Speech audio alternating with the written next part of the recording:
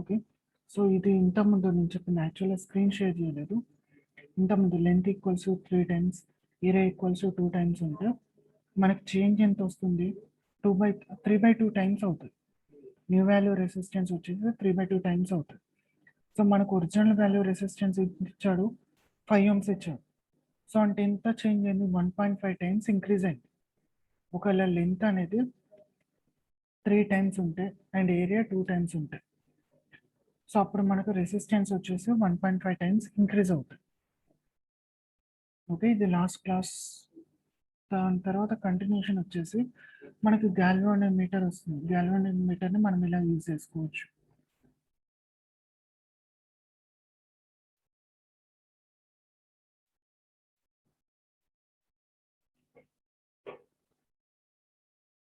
Okay, galvanometer.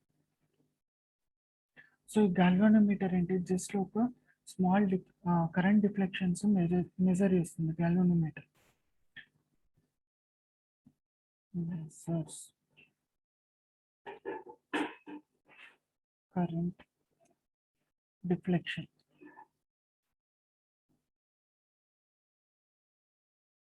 Okay, so current deflection measure చేస్తుంది.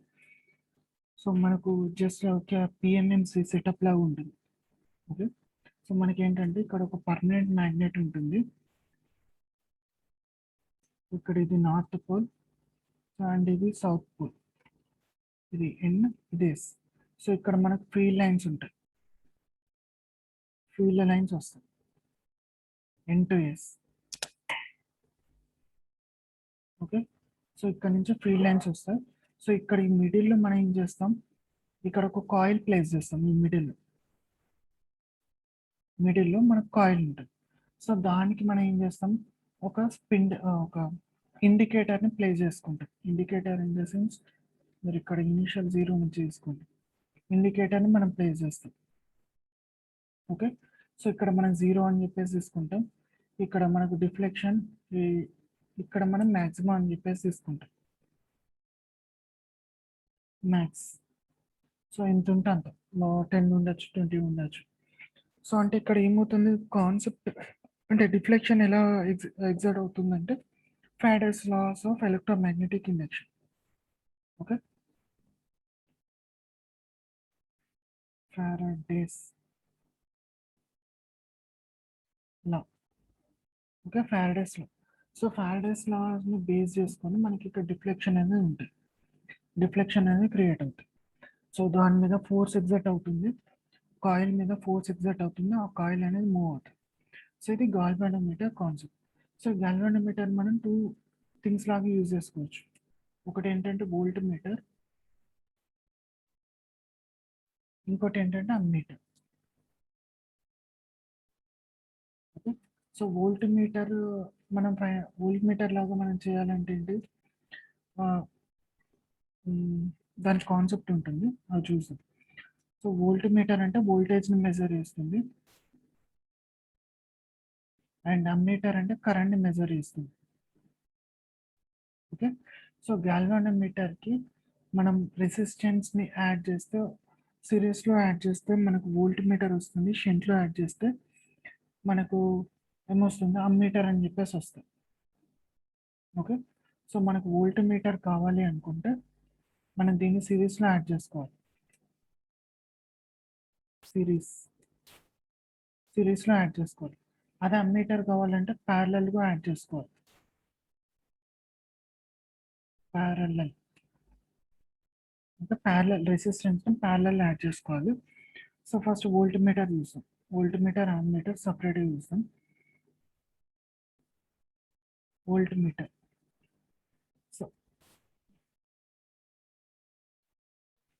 So volt meter. So ఇక్కడ మనకి ఏమవుతుంది? గాల్వానోమీటర్ ఉంటుంది, దీన్ని మనం జీ అని చెప్పేసి అంటాం, గాల్వానోమీటర్. సో దీనికి సిరీస్లో రెసిస్టెన్స్ మనం ప్లేస్ చేస్తాం, ఆర్ఎస్. ఓకే, సిరీస్లో రెసిస్టెన్స్ ప్లేస్ చేస్తాం. ఇవి terminals A and B. Okay, ఇది టర్మినల్ ఏ అండ్ బి.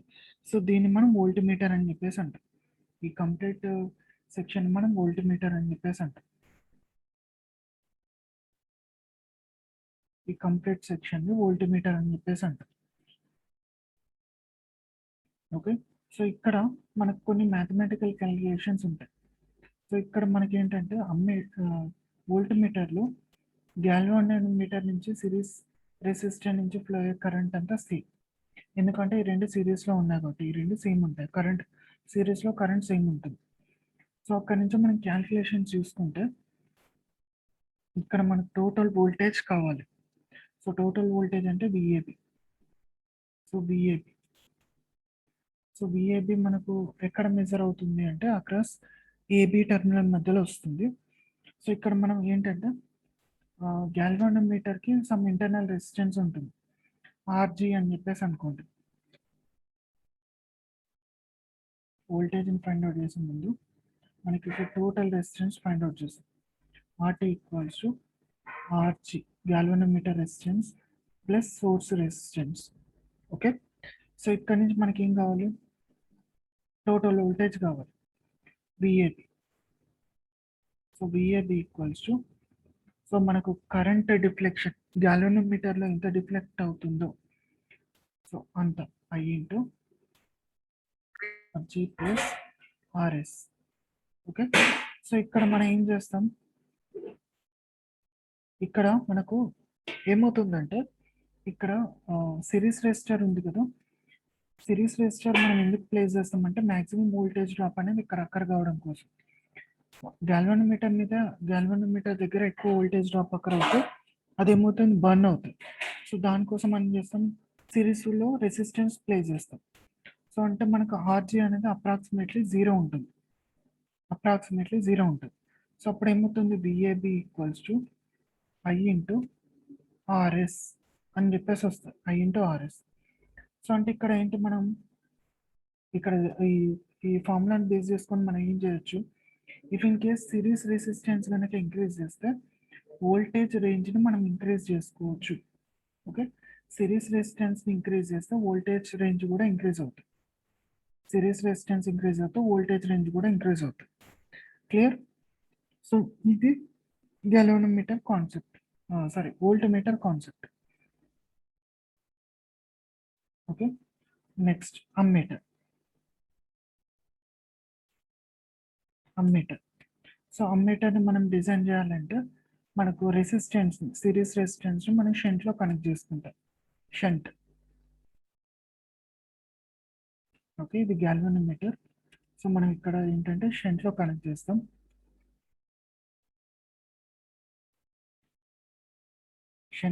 చేస్తాం. సో ఇది ఏ టెర్మినల్ అండ్ ఇది బి టెర్మినల్. ఓకే, షంట్లో కనెక్ట్ చేస్తాం. దీన్ని ఆర్ఎస్ అని చెప్పేసి అంటాం, సోర్స్ రెసిస్టెన్స్ ఆర్ఎస్ అని చెప్పేసి అంటాం. ఓకే, సోర్స్ రెసిస్టెన్స్ ఆర్ఎస్ అని చెప్పేసి అంటాం. సో ఇక్కడ నుంచి మనకు టోటల్ రెసిస్టెన్స్ కనుక ఫైండ్ అవుట్ చేస్తాం, ఆర్ఎస్ ఆర్ టోటల్. సో గ్యాల్వానోమీటర్కి ఇంటర్నల్ రెసిస్టెన్స్ ఉంటుంది, తర్వాత source resistance. So RJ into RS by RS plus RG. So ఇక్కడ మనకి ఏంటి, గ్యాల్వానోమీటర్ రెసిస్టెన్స్ అనేది చాలా అప్రాక్సిమేట్లీ జీరో ఉంటుంది, జీరో ఉండాలి. ఓకే, అప్పుడే మనకు మ్యాక్సిమం కరెంట్ అనేది ఫ్లో అవుతుంది. మ్యాక్సిమం కరెంట్ అనేది ఇందులో నుంచి గ్యాల్వానోమీటర్ నుంచి ఫ్లో అవుతుంది. సారీ, ఇంకొక థింగ్ ఏంటంటే ఇక్కడ మనకు మ్యాక్సిమం కరెంట్ అనేది బైపాస్ కావాలి. Through series resistance. అంటే మనం దీన్ని ఎంత తక్కువ ఉంచుకుంటే, సిరీస్ రెసిస్టెన్స్ని ఇక్కడ ఎంత తక్కువ ఉంచుకుంటే మనకు బైపాస్ అనేది అంత ఎక్కువ అవుతుంది. ఓకే, సో అంటే దాని మీనింగ్ ఏంటి, ఇక్కడ మనకు అమ్మీటర్లో మనకి గ్యాల్వానోమీటర్ రెసిస్టెన్స్ అనేది సమ్ సార్ట్ ఎక్కువ ఉండేలా చూసుకోవాలి. ఇది ఎక్కువ కాదు నాన్న, గ్యాల్వానోమీటర్ రెసిస్టెన్స్ ఎక్కువ ఉండాలి. సో మనం ఏం చేస్తాం, షంట్ రెసిస్టెన్స్ ఉంది కదా, దీన్ని మనం షంట్ అని చెప్పేసి అంటాం, షంట్. సో ఈ రెసిస్టెన్స్ అనేది కాన్స్టెంట్ ఉంటుంది, చేంజ్ కాదు, గ్యాల్వానోమీటర్ రెసిస్టెన్స్. సో దాన్ని మనం ఇంకా రిడ్యూస్ చేయాలంటే ప్యారలల్గా ఉండే రెసిస్టెన్స్ వాల్యూ ఇంకా తగ్గిస్తాం. ఓకే, సో సపోజ్ అప్రాక్సిమేట్లీ మనం 0 చేసాం అనుకోండి, సో అప్పుడు ఏమవుతుందో ఆర్టీ ఈక్వల్స్ టు ఆర్జీ అని చెప్పేసి వస్తుంది. If in case shunt resistance కనుక మనం 0 అనుకుంటే, ఓకే, షంట్ రెసిస్టెన్స్ కనుక 0 అనుకుంటే, సో అక్కడ నుంచి మనకు కరెంట్ ఏమవుతుంది, current equals supply by RG, okay, V by RG అని చెప్పేసి వస్తుంది. సో అంటే ఇక్కడ మనకి ఏంటి, గ్యాల్వానోమీటర్ రెసిస్టెన్స్ అనేది మనకు కాన్స్టెంట్ ఉంటుంది అన్నాను. సో అంటే ఇక్కడ ఒక ఫిక్స్డ్ వాల్యూ అనుకోండి. సో ఈ ఫిక్స్డ్ వాల్యూ ఉన్నప్పుడు మనకు కరెంట్ అనేది ఫిక్స్డ్ ఉంటుంది. ఫర్ ఇన్స్టెన్స్ మనం ఇక్కడ షంట్ కరెంట్ ఉంటుంది కదా, ఇక్కడ resistance shunt current I shunt అని చెప్పేసి అనుకోండి, ఐ షంట్, ఓకే. సో ఈ షంట్ కరెంట్ మనకు కావాలి అంటే మనం ఏం చేస్తాం, C V by R shunt. So ఇక్కడ మనకు అమ్మీటర్ కాన్సెప్ట్ ఎలా వర్క్ అవుతుందో మనకు తెలుస్తుంది. ఇక్కడ చూడండి, ఇక్కడ మనకు షంట్ రెసిస్టెన్స్ వాల్యూ ఎక్కువ చేసాం, ఓకే. సో అప్పుడు ఏమవుతుంది, షంట్ కరెంట్ అనేది రిడ్యూస్ అవుతుంది. షంట్ కరెంట్ రిడ్యూస్ అవుతే మనకి ఏమవుతుంది, షంట్ కరెంట్ రిడ్యూస్ అవుతే ఏమవుతుంది, మీటర్ నుంచి ఎక్కువ కరెంట్ ఫ్లో అవుతుంది. సో అప్పుడు మీటర్ డిస్ట్రాయ్ అవుతుంది. సో దానికోసం మనం ఏం చేస్తాం, షంట్ కరెంట్ని మినిమం ఉంచుతాం, షంట్ రెసిస్టెన్స్ని ఆర్ షంట్ని ఎంత maximum as possible as we can దాన్ని మినిమం చేస్తాం, షంట్ రెసిస్టెన్స్ని మినిమం చేస్తాం. అప్పుడు ఏమవుతుంది, షంట్ కరెంట్ అనేది ఇంక్రీజ్ అవుతుంది. సో షంట్ నుంచి ఇక్కడ మనకు ప్యారలల్ నుంచి కరెంట్ ఎక్కువ ఫ్లో అవుతుంది అంటే ఈ ప్యారలల్ కాంబినేషన్ నుంచి కరెంట్ ఎక్కువ ఫ్లో అవుతుంది అంటే, సో మనకి ఇక్కడ గ్యాల్వానోమీటర్ నుంచి ఏమవుతుంది, చాలా తక్కువ కరెంట్ ఫ్లో అవుతుంది. సో అప్పుడు మీటర్ అనేది డిస్ట్రాయ్ కాదు. సో అప్పుడు మనకు మెజర్మెంట్ పర్ఫెక్ట్గా వస్తుంది, మ్యాక్సిమం కరెంట్ అనేది షంట్ నుంచి పాస్ అవుతాయి. సో అప్పుడు ఏమవుతుంది, గ్యాల్వానోమీటర్ అనేది డిస్ట్రాయ్ కాదు. సో అప్పుడు మనం సేఫ్ ఆపరేటింగ్ మోడ్లో మనం మెజర్ చేయొచ్చు కరెంట్ని, ఓకే. సో ఇక్కడ మనకు కాన్సెప్ట్ ఏంటంటే ప్యారలల్గా ఉండే రెసిస్టెన్స్ వాల్యూ ఎంత తక్కువ ఉంచుకుంటే అప్పుడు మనకు డిఫ్లెక్షన్స్ అనేవి అంత పర్ఫెక్ట్గా వస్తాయి. అండ్ సిరీస్లో ఏంటి, సిరీస్ రెసిస్టెన్స్ ఎంత ఎక్కువ ఉంచుకుంటే మనకు అక్కడ డిఫ్లెక్షన్స్ అనేవి అంతే, వోల్టేజ్ రేంజ్ అనేది అంత ఎక్కువ వస్తుంది, ఉంటుంది, ఓకే.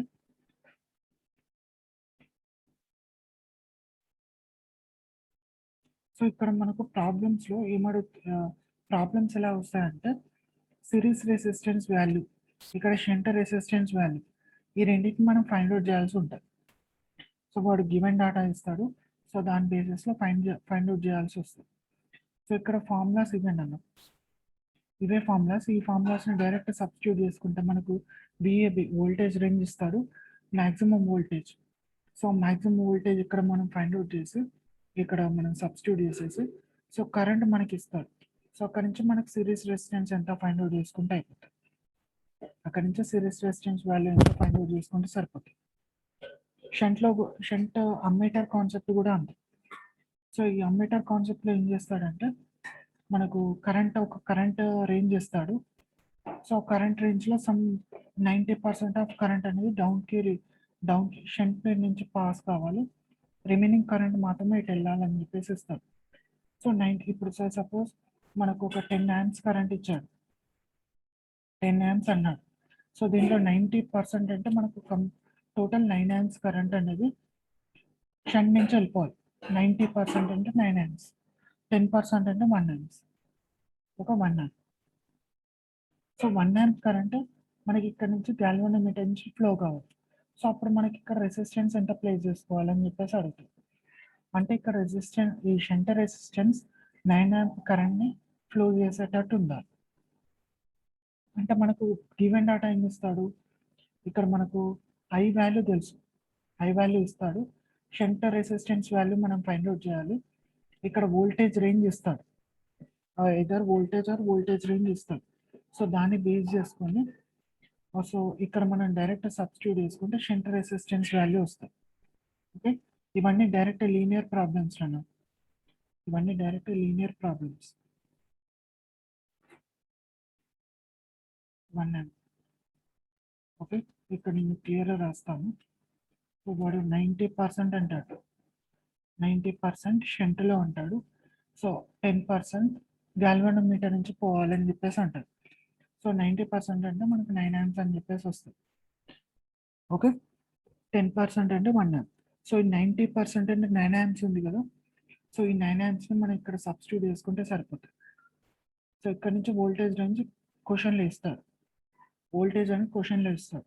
సో దాని నుంచి షంట్ కనుక్కుంటే అయిపోతుంది డైరెక్ట్. ఓకే. సో ఇక్కడ వరకు కాన్సెప్ట్ క్లియర్ కదా.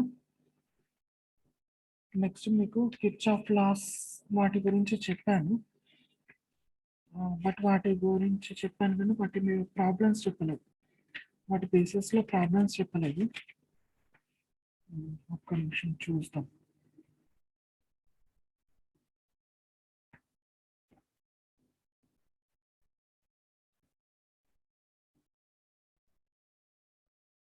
లోడ్ అవుతుంది. ఇక్కడ వరకు కాన్సెప్ట్ క్లియర్ కదా.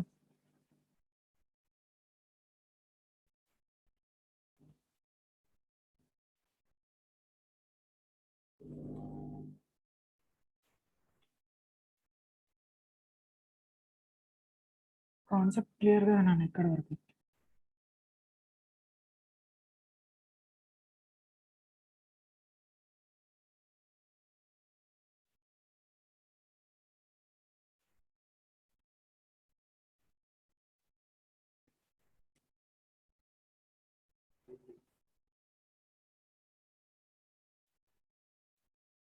సో ఇక్కడ వరకు కాన్సెప్ట్ క్లియర్ కదా, స్క్రీన్ కనిపిస్తుంది కదా. ఇది పవర్ మిస్ అయింది, పవర్ పోయింది, మొబైల్లో పవర్ స్విచ్ ఆఫ్ అయిపోయింది. సరే వదిలేసాను. సో ఇక్కడ వరకు కాన్సెప్ట్ క్లియర్ కదా. నెక్స్ట్ మీకు ఏంటంటే కేవీఎల్ కేసీఎల్ మీద ప్రాబ్లమ్స్ చూసాం. నేను ఆల్రెడీ చెప్పాను కిర్చాఫ్ కరెంట్లో అండ్ కిర్చాఫ్ వోల్టేజ్లో. సో వాటి మీద ప్రాబ్లమ్స్ చూస్తాం.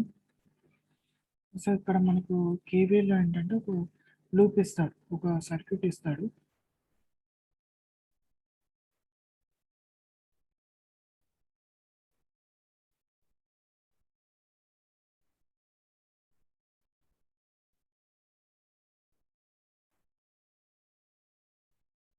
సో ఇక్కడ రెసిస్టెన్స్ 4 ohms ఇచ్చాడు, 4 ohms, 3 ohms, తర్వాత 2 ohms, 40 volts, తర్వాత ఇది 35 volts. ఓకే. సో ఇక్కడ నుంచి ఏంటంటే కరెంట్స్ ఫైండ్ అవుట్ చేయమంటారు. సో కరెంట్స్ ఫైండ్ అవుట్ చేయాలి అంటే I1 I2. సో మనకు లూప్ కరెంట్స్ ఫైండ్ అవుట్ చేయమంటారు.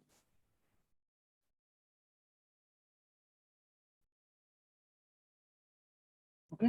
లూప్ కరెంట్స్ ఫైండ్ అవుట్ చేయాలి. సో లూప్స్ ఎన్ని ఉన్నాయి ఇక్కడ, ఇది ఫస్ట్ లూప్ అండ్ ఇది సెకండ్ లూప్. ఓకే. సో దీన్ని సింపుల్గా I1 అనుకోండి, సింపుల్గా I2 అని చెప్పేసి అనుకోండి. ఓకే. ఇక్కడ నుంచి మనం ఈక్వేషన్స్ రాయాలి, ఈక్వేషన్. సో ఇది మొత్తం ఫస్ట్ లూప్ మనం. సో ఫస్ట్ లూప్కి మనం ఈక్వేషన్స్ రాయాలి. ఓకే. ఈ ఫస్ట్ లూప్కి ఈక్వేషన్ రాసేటప్పుడు ఇక్కడ మనకి ఎంత ఉంది, సప్లై 35 వోల్ట్స్ ఉంది. అండ్ నెక్స్ట్ ఈ కరెంట్ ఉంది కదా I1 కరెంట్, I1 కరెంట్ ఎందులో నుంచి ఫ్లో అవుతుంది, 3 ohms నుంచి అండ్ 2 ohms నుంచి. ఓకే. 3 ohm రెసిస్టర్ నుంచి at the same time 2 ohm resistor నుంచి ఫ్లో అవుతుంది. ఓకే. బట్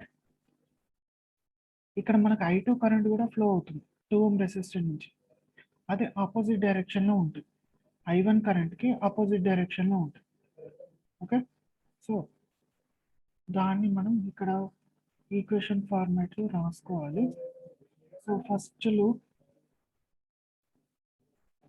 లూప్కి మనకి ఏమవుతుందంటే సప్లై ఎంత, 35 volts. సో మనం ఇక్కడ ఏం చేస్తున్నాం, కేవీఎల్ అప్లై చేస్తున్నాం. కేవీఎల్ ఫస్ట్ లూప్లో మనం కేవీఎల్ అప్లై చేస్తున్నాం. So 35 volts or 35 volts equals to, so మనకు I1 ఇంటూ, సో రెసిస్టెన్స్ ఎంత, 3 + 2 ప్లస్, సో ఇక్కడ మనకు కరెంట్ I2 అనేది ఆపోజిట్ డైరెక్షన్లో ఫ్లో అవుతుంది, మైనస్ I2 దేని నుంచి ఫ్లో అవుతుంది? 2 ఓం రెసిస్టర్ నుంచి. సో దీన్ని సింప్లిఫై చేసుకుంటే 35 ఈక్వల్స్ టు ఇక్కడ వోల్ట్ అని చెప్పేసి రాయదు నన్ను, మీకు అర్థం కావడం కోసం రాసాను కానీ ఇలా రాయదు, వోల్ట్ అని చెప్పేసి రాయదు. సో మనకి ఇక్కడ 5I1 ప్లస్ ఇక్కడ మనకు -2I2 అని చెప్పేసి వస్తుంది, -2I2 అని చెప్పేసి వస్తుంది. ఓకే, ఇది ఫస్ట్ లూప్. సో సెకండ్ లూప్కి ఏమవుతుంది? Second loop. So second loop అంటే ఇది, సెకండ్ లూప్ అంటే ఇది. ఓకే, సో ఇక్కడ మనకు చూసుకుంటే మనకు పొలారిటీస్ ఇక్కడేమో ప్లస్ మైనస్ అని చెప్పేసి ఉంది, ఇక్కడ కూడా ప్లస్ మైనస్ ఉంది. బట్ ఈ కరెంట్ డైరెక్షన్ని తీసుకుంటే మనకు ఆపోజిట్ డైరెక్షన్లో ఉంది. ఎప్పుడైనా గుర్తుపెట్టుకోండి, ఒక్క నిమిషం. మీరు ఎప్పుడు -2 ప్లస్ ఉంటే మనం పాజిటివ్ సైన్ తీసుకుంటాం. ఒక -2 ప్లస్ ఉంటే, -2 ప్లస్ ఉంటే పాజిటివ్ సైన్ తీసుకుంటాం. అండ్ +2 మైనస్ ఉంటే ఏం చేస్తాం? నెగిటివ్ సైన్ తీసుకుంటాం, నెగిటివ్ సైన్. ఓకే, లేదు సార్ నాకు ఇదంతా కన్ఫ్యూజ్ అవుతుంది అంటే లూప్ రాసేటప్పుడు మీకు అది మీరు ఇలా రాస్తే మాత్రం, ఇలా ఈక్వేషన్స్ రాస్తే మాత్రం ఈ కండిషన్ మాత్రమే తీసుకోవాలి. ఓకే, సో ఈ కండిషన్ తోటే రాయాలి ఈక్వేషన్స్. -2 ప్లస్ ఉంటే పాజిటివ్ అని తీసుకోవాలి, +2 మైనస్ ఉంటే నెగిటివ్ తీసుకోవాలి. అదే మనకు ఏ సైన్, మనకు ఫస్ట్ ఆ లూప్లో డైరెక్షన్లో ఏ సైన్ పడితే ఆ సైన్ మనం డైరెక్ట్గా అడాప్ట్ చేసుకోవచ్చు. అదే సెకండ్ లూప్కి రాస్తాను చూడండి. సో నాకు ఇక్కడ ప్లస్ మైనస్, సో నాకు ఇది ప్లస్ మైనస్, ఓకే, ఇది ప్లస్ మైనస్. ఓకే, సో నాకు ఇలా కరెంట్ డైరెక్షన్స్ వస్తుంది. వీటిని మనం రాస్తే ఎలా వస్తుందో ఒకసారి చూసాం. సో ఇక్కడ మనకు current direction 40 current directions opposite వచ్చాయి. సో ఇక్కడ సప్లై కాబట్టి ఇక్కడ ప్లస్ మైనస్ అని చెప్పేసి వస్తుంది. ఓకే, సప్లై ఉంటే అక్కడ నుంచి మనం పొలారిటీస్ చూసుకోవాలి, కరెంట్ డైరెక్షన్ బేస్ చేసుకొని కాదు. సో ఇక్కడ పొలారిటీ, పాజిటివ్ పొలారిటీ ఉంది కదా సప్లైది, కాబట్టి 4 ఓం టర్మినల్ కూడా పాజిటివ్ వస్తుంది, ప్లస్ మైనస్. సో ఇక్కడ నుంచి మనం పొలారిటీ రాసుకుంటే కరెంట్ డైరెక్షన్స్ చూసుకుంటే మనకి ఎంత వస్తుంది? -2 into I2, small I2 -4I2, okay, plus 40. Okay, ఇంకేమన్నా ఉన్నాయా అంటే కరెంట్ ఉంది కదా, ఈ కరెంట్ I1 కరెంట్ కూడా ఆపోజిట్ ఫ్లో అవుతుంది, అది కూడా మనం రాయాల్సి ఉంటుంది. సో I1 కరెంట్ కూడా ఆపోజిట్ రాస్తే మనకి ఏమొస్తుంది? Minus,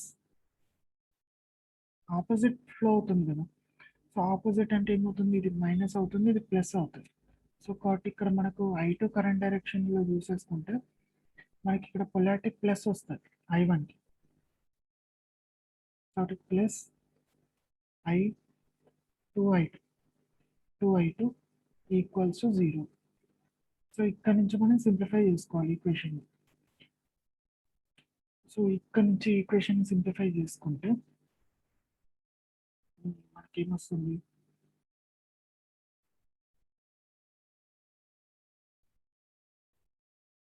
-40 equals to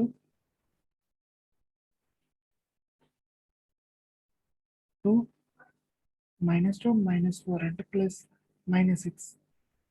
so -6 I2 plus 2I1, ఇది 2I1 అను ప్లస్ 2I. ఓకే, ఇక్కడ వరకు వచ్చేసి నెక్స్ట్ ఈ పొలారిటీస్ ఉన్నాయి కదా -40, దీన్ని రివర్స్ చేసేస్తే మనకి ఇక్కడ ఏమొస్తుంది? 40 equals to 2I2 -2I1 plus 6I2 అని చెప్పేసి వస్తుంది. ఓకే, ఇది ఫస్ట్ ఈక్వేషన్, ఇది second equation. Okay, two equations వచ్చినాయి. First equation and second equation, two equations వచ్చినాయి. ఓకే, టూ ఈక్వేషన్స్ వచ్చినాయి ఇక్కడ నుంచి. సో వీటిని మనం సాల్వ్ చేయాలి. సాల్వింగ్ ఐడియా ఉంది కదా. సో ఇక్కడ నుంచి మనం ఏం రాసుకోవాలి, 2i2 అంటే ఏమవుతుంది ఇక్కడ నుంచి రాసేసుకుంటే -2i2 equals to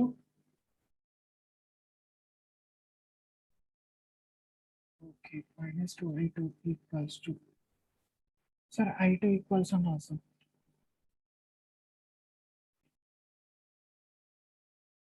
i2 equals to -i2 equals to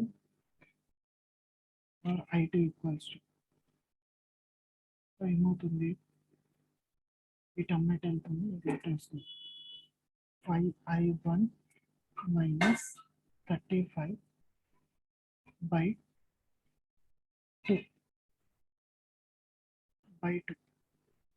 అంతే కదా. i2 equals to so minus అడిగితే ప్లస్ అవుతుంది, 5i1 minus 35/2. సో ఇక్కడ నుంచి i2 వచ్చింది. సో i2ని మనం ఇందులో సబ్స్టిట్యూట్ చేయాలి. సో సబ్స్టిట్యూట్ చేసుకుంటే మనకు i1 వాల్యూ వస్తుంది. Okay, so 40 equals to -2i1 plus 6 into i2 value ఎంత, 5i1 minus 35/2. ఓకే, దీన్ని మనం సింప్లిఫై చేయాలి. సో దీన్ని సింప్లిఫై చేస్తే మనకు ఎంత వస్తుంది, ఇది క్యాన్సిల్ అయిపోతుంది కదా. సో ఇక్కడ 3 ఇంటూ ఇది 5, 15i1 మైనస్ అంటే మనకు ఎంత, -13 -13i1 minus 35 equals to 40. So ఇక్కడ మనకు ఇది 35 వెళ్తే మనకు 70 అవుతుంది. Okay, so i1 equals to 70/-13 amps. Okay, ఇక్కడ నుంచి i1 వాల్యూ వచ్చింది. సో ఈ i1 వాల్యూని మనం ఎందులో సబ్స్టిట్యూట్ చేయాలి, ఏదో ఒక ఈక్వేషన్, ఫస్ట్ ఈక్వేషన్ కావచ్చు, సెకండ్ ఈక్వేషన్ కావచ్చు, దేనిలో ఒక దాంట్లో సబ్స్టిట్యూట్ చేసుకుంటే మనకి ఈక్వేషన్ ఆన్సర్ వచ్చేస్తుంది. సో నేను ఇక్కడ ఏం చేస్తున్నాను, సెకండ్ ఈక్వేషన్లో సబ్స్టిట్యూట్ చేస్తాను. సో సెకండ్ ఈక్వేషన్లో సబ్స్టిట్యూట్ చేసుకుంటే 40 ఈక్వల్స్ టు -2 i1 వాల్యూ ఎంత, -70/13 ప్లస్ 6i2 అని చెప్పేసి వస్తుంది. సెకండ్ ఈక్వేషన్లో సబ్స్టిట్యూట్ చేస్తారు. సో సబ్స్టిట్యూట్ చేస్తే ఇక్కడ నుంచి మనకి ఏం వస్తుంది, దీన్ని సింప్లిఫై చేయాలి అంటే minus into minus plus. So 140/13 40 plus 6i2. So మనం ఇక్కడ నుంచి మనం 40 minus 140/13. ఓకే, సో ఈ వాల్యూ వచ్చిన వాల్యూకు బై 6 చేసుకుంటే అప్పుడు మనకు i2 వస్తుంది. సో 13 అప్రాక్సిమేట్లీ మనకు 9 పాయింట్ సంథింగ్ అని చెప్పేసి వస్తుంది. దీన్ని సింప్లిఫై చేస్తే 9 పాయింట్ వస్తుంది. సో 9 పాయింట్ అంటే 40 minus 9 పాయింట్ అంటే ఎంత, 31 అనుకోండి. సో 31 పాయింట్ సంథింగ్ వస్తుంది, 31/6. ఇది అప్రాక్సిమేట్ వాల్యూ i2కి. సో దీన్ని 6 తోటి డివైడ్ చేస్తే 6 5. సో అప్రాక్సిమేట్లీ మనకు ఆన్సర్ i2 వాల్యూ వచ్చేసి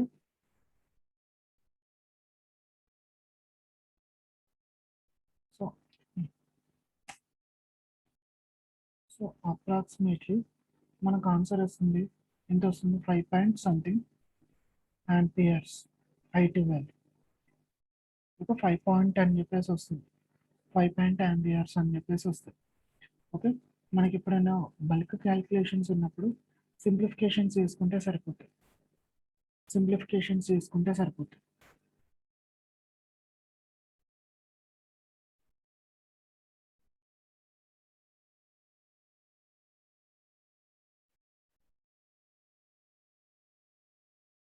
ఓకే. సో ఇది ప్రాసెస్ ఇది. కేవీఎల్, కేసీఎల్ ప్రాసెస్ ఇది. ఓకే. సో ఇది క్లియర్ కదా ఈ కాన్సెప్ట్ మొత్తం?